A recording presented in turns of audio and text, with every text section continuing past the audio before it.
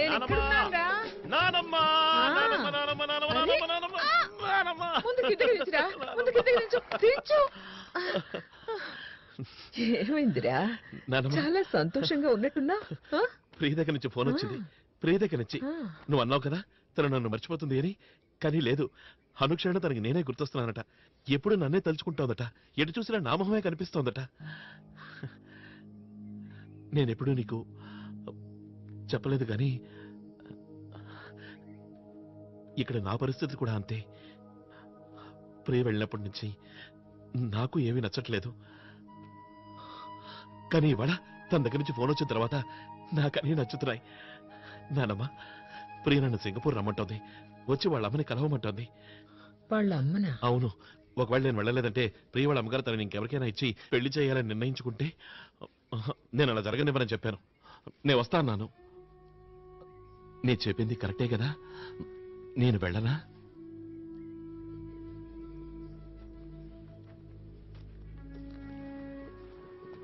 నానమ్మ, కొద్ది రోజుల మాటేగా. నేను సింగపూర్ వెళ్ళడం, వాళ్ళ అమ్మగారితో మాట్లాడి తనని మెట్ట పెట్టుకుని వచ్చేయడమే. వెళ్ళమంటావా నన్ను?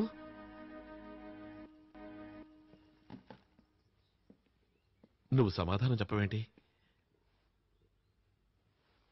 తప్పనిసరిగా వెళ్ళాలని నిర్ణయించుకున్నాక మధ్యలో నన్ను అడగడం ఎందుకు?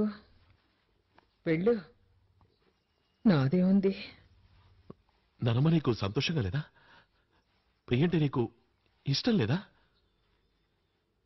ప్రియ అంటే ఇష్టమే, కానీ అంత దూరం నువ్వు వెళ్ళడమే ఇష్టం లేదు. ఆ ప్రియ నిన్ను నిజంగానే కోరుకుంటే వాళ్ళ అమ్మని తీసుకుని తనే ఇక్కడికి రావచ్చుగా.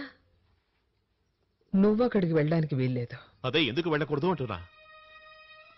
ఒకసారి చెప్పానుగా నిన్ను అక్కడికి వెళ్ళొద్దని. అంతే, ఇక మాట్లాడుకో. ఎందుకు వెళ్ళకూడదు అంటున్నా. వెళితే ఏమైపోతుంది? చిన్నప్పటి నుంచి ఇదే వింటున్నాను.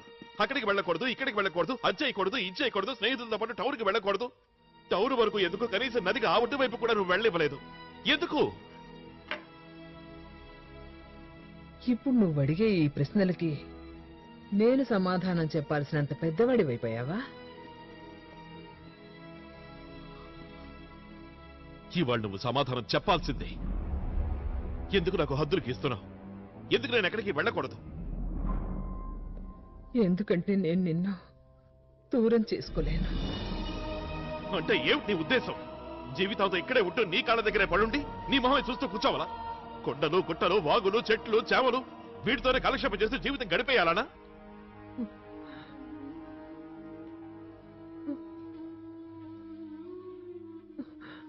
కానీ నానమ్మ, నేను అలా ఉండలేను. నాకంటూ కొన్ని కోరికలున్నాయి, నాకంటూ కలలున్నాయి.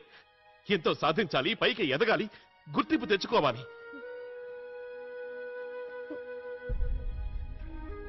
నేను నీకు దూరం కాకూడదు, కానీ ప్రియ నాకు దూరం కావాలా? అసలు నా సంతోషంతో నీకేమాత్రం పనిలేదా? ఇంతవరకు నువ్వు చెప్పిన ప్రతిదీ నేను విన్నాను.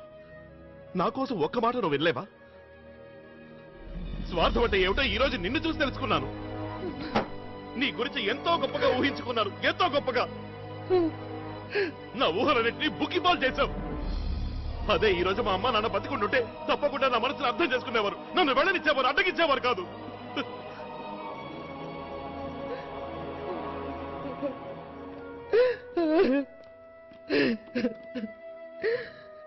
అవును, మీ అమ్మ నాన్న బ్రతికుంటుంటే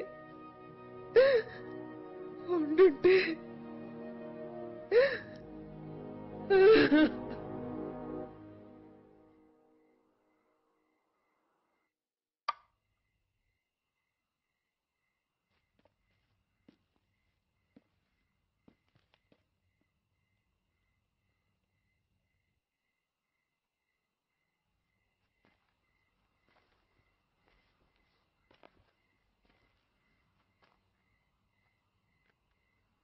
నానమ్మ, సారీ.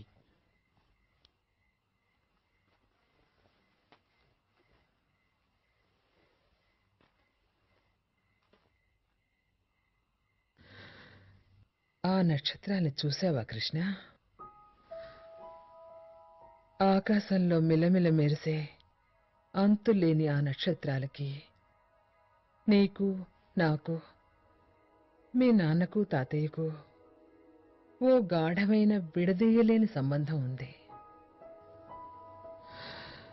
మీ తాతగారు ఒక స్పేస్ సైంటిస్ట్. ఓంకారం నుండి ఆయన తయారు చేస్తున్న ప్రత్యేకమైన సౌండ్ సిగ్నల్ కి ఓ రాత్రి సమాధానం రావడం మొదలైంది. సడన్ గా ఆకాశంలో ఫ్లయింగ్ సాసర్ లాంటిది ఒకటి కనిపించింది. దాన్ని చూసిన కంగారులో కారు కంట్రోల్ తప్పింది.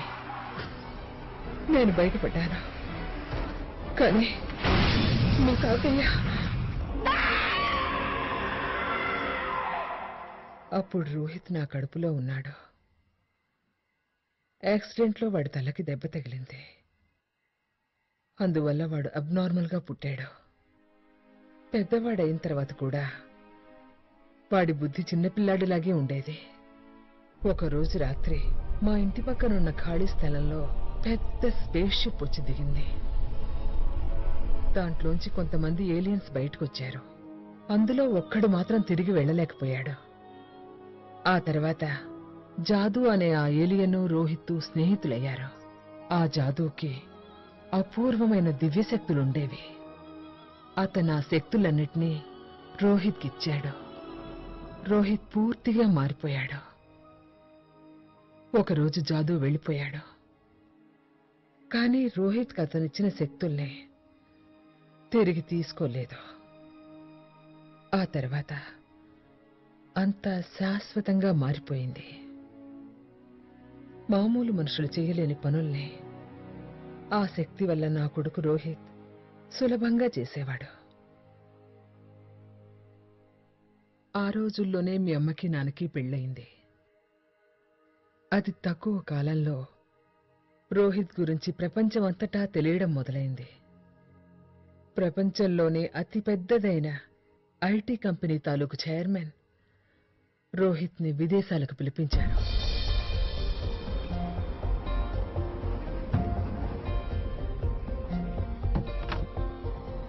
Thank you.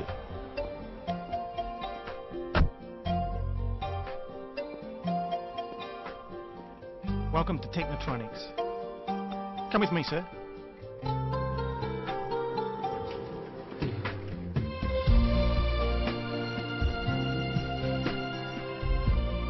Dr. Arya will be here shortly.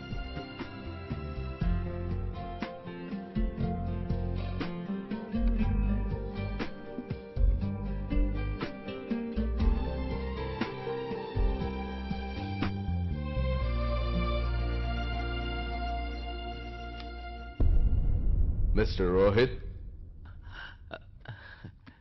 sorry to keep you waiting. That's all right sir. నేను ఊరికే ఈ బుక్ ఇది నేను రాసిన కొత్త పుస్తకం ఫస్ట్ కాపీ. మీరు చదివి అభిప్రాయం చెప్పండి. చాలా మంచి పుస్తకం సార్. మీరు బాగా రీసెర్చ్ చేశారు. మీరు చదవకుండానే చెప్తున్నారేంటి? నేను చదివేశాను. చదివేరా? పేజ్ నెంబర్ 126, 244 అండ్ 354లో ప్రింటింగ్ మిస్టేక్స్ ఉన్నాయి. నేను మార్క్ చేశాను. అంటే మీరు 400 పేజీల పుస్తకాన్ని 10 minutes లో పూర్తి చేశారా? నేనెవరితో మాట్లాడుతున్నాను ఒక నిమిషం మర్చిపోయాను రోహిత్. మిమ్మల్ని ప్రశ్నించడం అంటే మీ టాలెంట్ ని ఇన్సల్ట్ చేసినట్టే. It's an honour to meet you. The honour is mine sir. మీ వంటి గ్రేట్ సైంటిస్ట్ అండ్ ఇన్నోవేటర్ ఎదురుగా నించుని మాట్లాడుతున్నాను అంటే అది ఇప్పటికీ నమ్మలేకపోతున్నాను సార్. మీరు వైర్లెస్ కమ్యూనికేషన్ ఫీల్డ్ లో చేసింది నిజంగా ఒక గొప్ప రెవల్యూషన్ సార్. మీరు కంప్యూటర్ని టేబుల్ నుంచి తీసి ప్రజల అరిచేతిలో పెట్టారు సార్. ఈ రోజు ప్రజలు మొబైల్ ఫోన్లో క్రికెట్ మ్యాచ్ చూస్తున్నారంటే అదంతా బీచలనే సార్. రోహిత్, నేను ఒక డ్రీమ్ చూశాను. a new vision. ఒకవేళ ఆ విజనే నిజమైతే గనక ఈ ప్రపంచం తలరాత, స్వరూపం, ఫేట్ అండ్ ఫేస్ రెండూ మారిపోతాయి. ఆ కలను నిజం చేయడానికి మీ సహాయం నాకు కావాలి. రోహిత్, నేను తయారు చేయాలనుకుంటే కంప్యూటరు భవిష్యత్తుని చూపించగలగాలి. Which could show the future. Future? Tea తాగుతావా? కాఫీయా?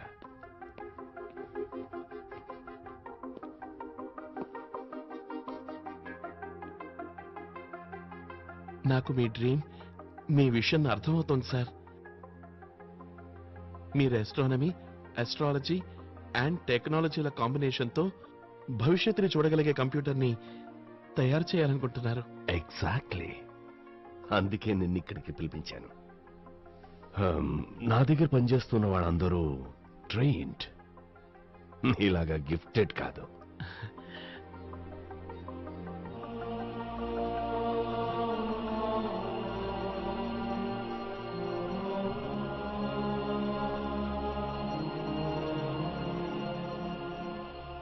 ఏంటో ఆలోచిస్తున్నావు? సార్, మనం నిజంగా అటువంటి కంప్యూటర్ని తయారు చేసి భవిష్యత్తుని చూడగలిగితే ఒకవేళ ఇంకేముంది, మనం ఈ ప్లానెట్ మీద ఉన్న మనుషులందరికీ ఉపకారం చేసిన వాళ్ళం అవుతాం. Wars can be prevented. భూకంపం, కరువు, ఉప్పెన అలాంటివన్నీ ఆపగలుగుతాం. ఒకవేళ ఆపలేకపోయినా వాటిని ఎదుర్కోవడానికి సిద్ధంగా ఉండొచ్చు. నువ్వు ఫ్యూచర్ ని చూడడం మొదలు పెట్టేశావు రోహిత్. వెల్కమ్. ఇలా ఈ రకంగా విజన్ అండ్ బ్రిలియన్స్ కలిస్తే నా కల నిజం అవుతుంది, చరిత్రలో నిలుస్తుంది.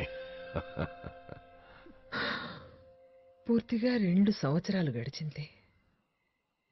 అసాధ్యం అనుకున్న పనిని నా కొడుకు రోహిత్ సాధ్యం చేసి చూపించాడు. తాను భవిష్యత్తుని చూడ్డానికి వీలైన ఒక కంప్యూటర్ని తయారు చేశాడు. ఆ సమయంలో మీ అమ్మ నిండు చూలాలో. హలో బాబు, రోహిత్, నిషని హాస్పిటల్లో చేర్చాను. అక్కడి నుంచే మాట్లాడుతున్నాను. బాబు, కంగ్రాట్స్, నువ్వే క్షణమైనా తండ్రివి కావచ్చు. నువ్వు త్వరగా ఇంటికొచ్చేయి బాబు. రోహిత్, ఏమైంది బాబు?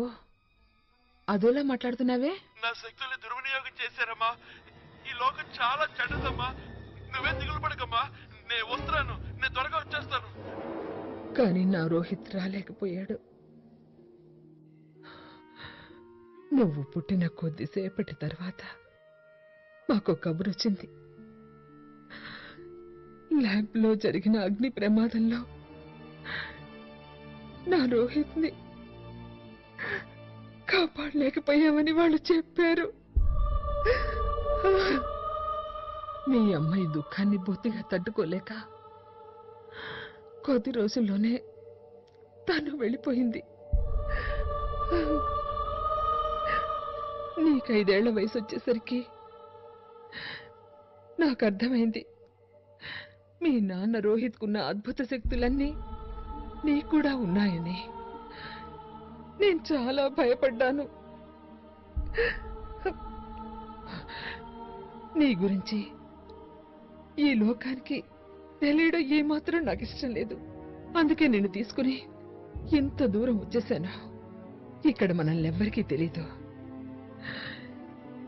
నేను ఎట్టి పరిస్థితుల్లోనూ నిన్ను దూరం చేసుకోలేను కృష్ణ. నా మొహం చూడకూడదనుకుంటున్నావు కదా, కానీ నేను బ్రతుకుతున్నది నిన్ను చూస్తూనే కృష్ణ. నువ్వు అన్నట్టుగా నేను స్వార్థపరురాలే. స్వార్థపరురాలే.